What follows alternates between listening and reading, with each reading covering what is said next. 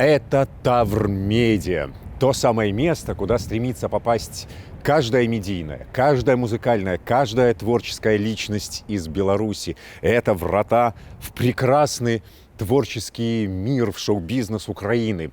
И именно здесь царствует легендарный Сергей Кузин. Идемте же встречать легенду.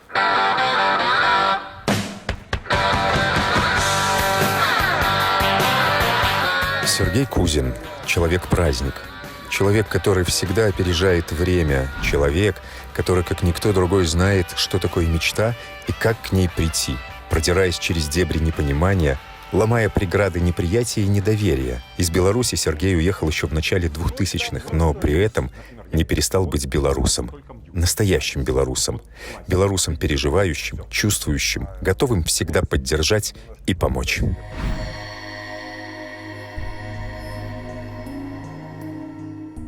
Мы считаем, что раньше был музанул, Битлз, Роллинги и так далее. Ну, возьмем какую-нибудь там номинацию 61-го года. Это мы сейчас знаем, что там остались Битлз, Кингс, я не знаю, The Who и бла-бла-бла и так далее. Мы же не видим всего остального. Сколько там было говна из 200-300. То же самое и сейчас. Время только рассудит, кто из тех, кто делает музыку сейчас. Поэтому будет все. Шикарные молодые группы, какие безумные музыканты все эти. Ты посмотри, что творится.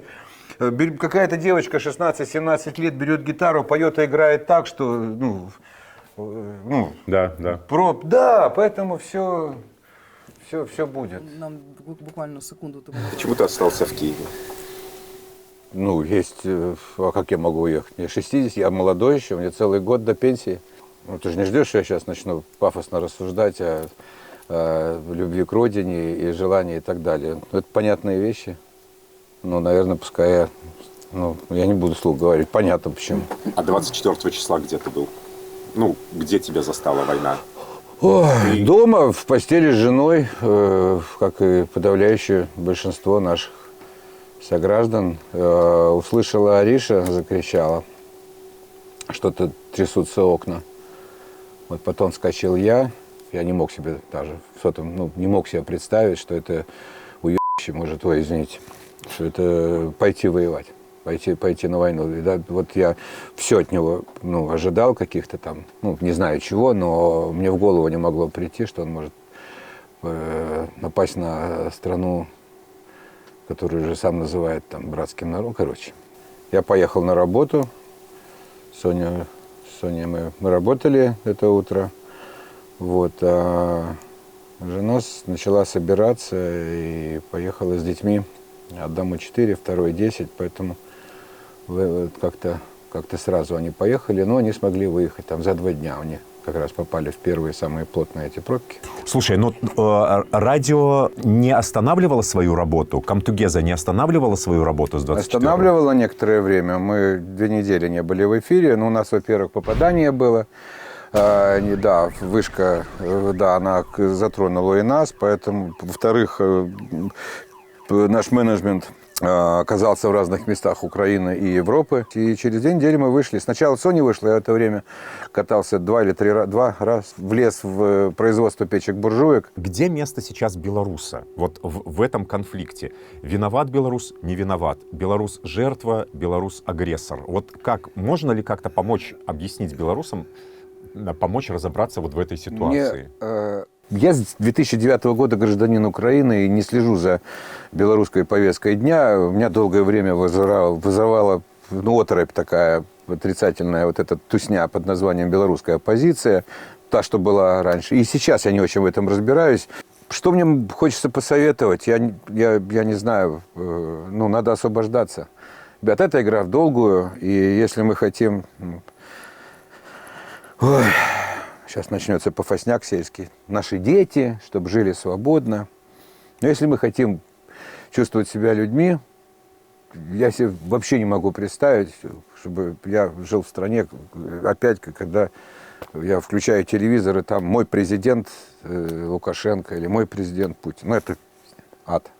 Просто такой деградация. Деградация всего, что я считаю разумным, что я считаю человеческим, понятным и так далее. Да, у нас тут рок-н-ролл. И был рок-н-ролл, и да, правда про коррупцию, и да. Но это наш, рок-н-ролл, наша коррупция и наш неправильный выбор. Наш потом будет правильный, потом будет еще раз неправильный. Но это не кто-то мне пришел, сейчас эти американцы, печеньки, вся вот эта херня заканчивается только тем, что мы говорим, как можем здесь, а в это время в Череповце он лопухом сраку вытирает и говорит о том, что он гордый. Что он, сука, гордый. Гордый. Переживет он без всего этого. Ну, Смотри. если бы они не были такими агрессивными, я бы сказал, господи, блядь, стенку. Ну, как это, знаешь, бухающий сосед. Ну, у тебя нет возможности переехать в другую квартиру.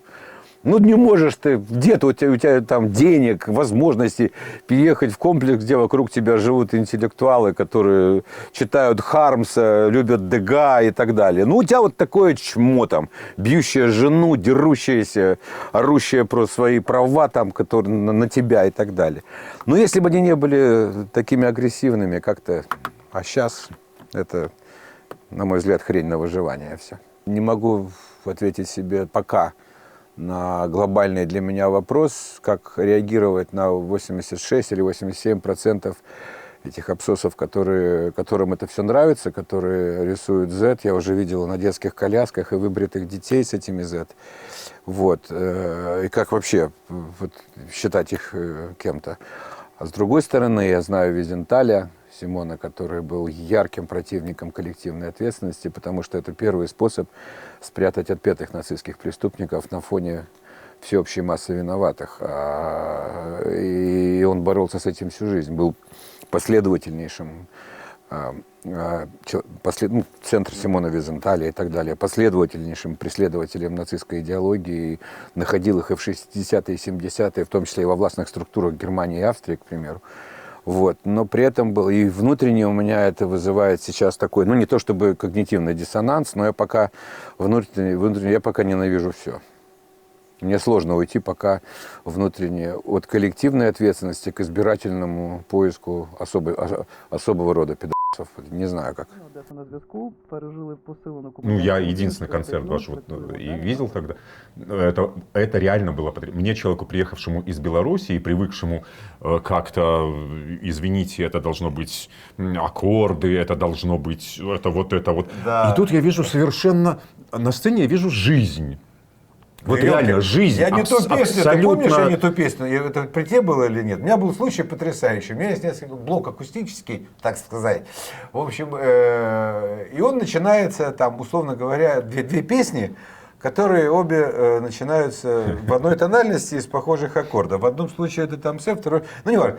И вот, короче, что у меня произошло? Или ИНР вывалился, или еще что-то. Я, значит, смотрю в трек-лист, пропускаю нужный трек, готовлюсь петь там песню под одним названием, за мной группа начинает играть другую, я совершенно с врожденной ненаглостью начинаю петь то, что я думаю.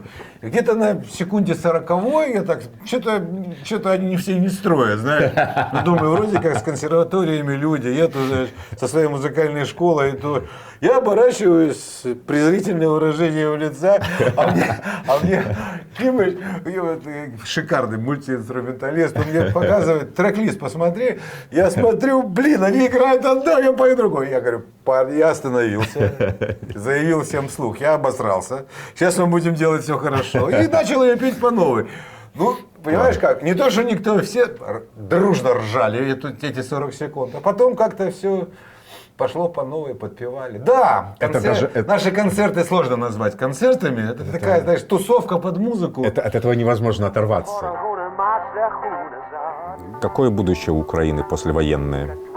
Я просто верю в эту страну, верю в то, что она будет частью Европы. Вот мы являемся ею сейчас территориально, географически. Вот. Не всегда ментально, вот, но в основном, уже в основном. Вот. И уже станет частью формально. Я не то чтобы прямо уж так как бы молюсь на сам флаг Евросоюза, просто это принципиальная смена парадигмы. парадигмы в ориентировках, в трансляции идей, мыслей и так далее. Вот этого я хочу. Вот окончательно избавиться от этого комплекса меньшевартости, вот этого всего имперского давилова, которое сейчас... Я русский сам, но я в России за 59 лет, почти, мне в мае будет 59. Вообще сложить все, наверное, был там недели 2. Я там не родился, я там не жил никогда. И поэтому, но этнически-то я как бы, ненавистное слово, вот, я вообще их не понимаю, вот этот космический снобизм, причем в исполнении, мега необразованных, мега неинтеллектуальных людей. Причем чем меньше вот этого всего у них в багаже, каких-то аргументов, тем больше эти понты. Чем меньше у него есть что реально сказать или аргументировать, тем больше этот уровень агрессии, хамства. Вот эти все младшие братья, вот эта вся эта херь, она настолько меня внутренне не устраивает, прям совсем, и никогда не устраивала. Вот если мы говорим, о чем я мечтаю, вот эти пасторальные бельгийские деревушки, вот эти расставленные в 8 рядов ящики с мусором, где все делают то, что надо. Вот этот контроль за тем, как у меня там в Майами собачка, которая пришла в дом, она сдает анализ на кал, и если потом какашку нашли во дворе, то этой собачке хозяину дают втык, потому что это вы за вашей собачкой. Нам это кажется, и вот должно перестать казаться. Это надо менять совсем все внутри, но это нормально. Самое главное, вот этот долбанный, смешной, старый, наивный принцип «моя свобода заканчивается там, где начинается ваша несвобода», он должен, наконец, сработать. Вот это и есть разумное ограничение собственных желаний, потому что сейчас я, ребят, наступаю на ваши. Вот и все. Если так будет, то тогда будет окей. У них есть желание, пускай они в своей стране... 1/6 часть суши, или какая там, 7-я, или 8-я, 10-я. Пускай реализовывайтесь. Вы очки постройте, не дальники, а унитазы купите людям. Ракеты. Зачем?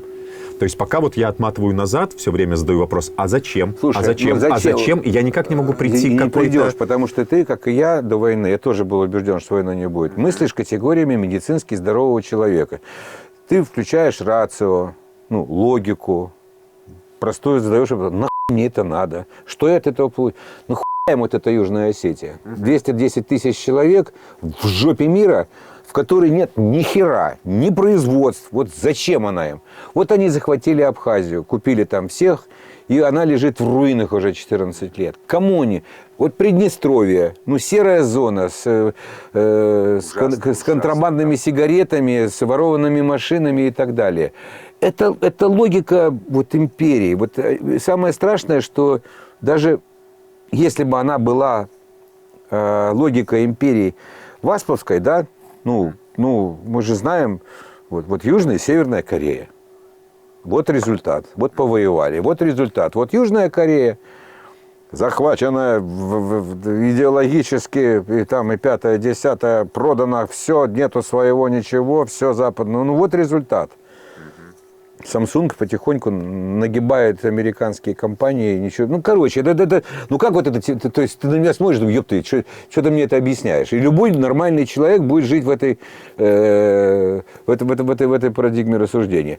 А как объяснить это, НАТО? Вот они сейчас добились того, что они уже получают в мае границу с Финляндией, страной НАТО, до 1350 километров. Такую же примерно по длине, как с Украиной. Уже без войны. Нам надо было, чтобы не придвинулась НАТО. Финляндия сегодня подала заявку. 220 километров до Санкт-Петербурга. Страда. Чего вы добились-то? Где? Поїхали в ефірчик сходимо. Да, сейчас сходим, подождите. На годиннику 11 година і 43 хвилини. Камтогеза тримає стрій. Я хочу, знаєш, що тобі поставити тобі одну пісню зараз. Давай. От нам буквально секунду тому назад її надіслали. Пісня від Саші Ремеза. Це «Руки в брюки». Команда. Він в ТРО, але продовжує писати пісні. І мені здається, що це вийшла якась нереальна фірма. Просто по саунду, і думаю, що тобі зайде, ну і нашим слухачам, перш за все. Називається пісня «Джавелін». Давай. А ну. Да. Ну, слышу прекрасную алду. Ага. О, Джавелін, Джавелін, цей танк прийшов сюди не на парад. От заката до рассвета. Да, такая еще Джавелін, Гибсон 90-е, датчики такое здесь. ворогу нема шляху назад. Російська тварь, куди ти преш, ти як позорно гніль помреш, слідні вкриють край твій, наче тінь. За наші пам'ятні міста, за дітей наших життя, стирай землі, що навалить Джавелін. О, Джавелін, Джавелін, Джавелін, о, Джавелін. Цей танк прийшов сюди не на порад. О, Джавелін, Джавелін, Джавелін, Джавелін. Дякуємо тобі. прекрасное окончание сегодняшнего шоу с жизнеутверждающей песней, полной позитива, добра, любви к украинским людям. В общем, все сошлось. Сань, молодец. Думаю, що вона з'явиться на рінгтонах у нашої арти. От Обов'язково, дуже так. скоро. А ми прощаємося до завтра, рівно до 10-ї години, коли знову скажемо вам привіт. Спокойного вам дня и ночи.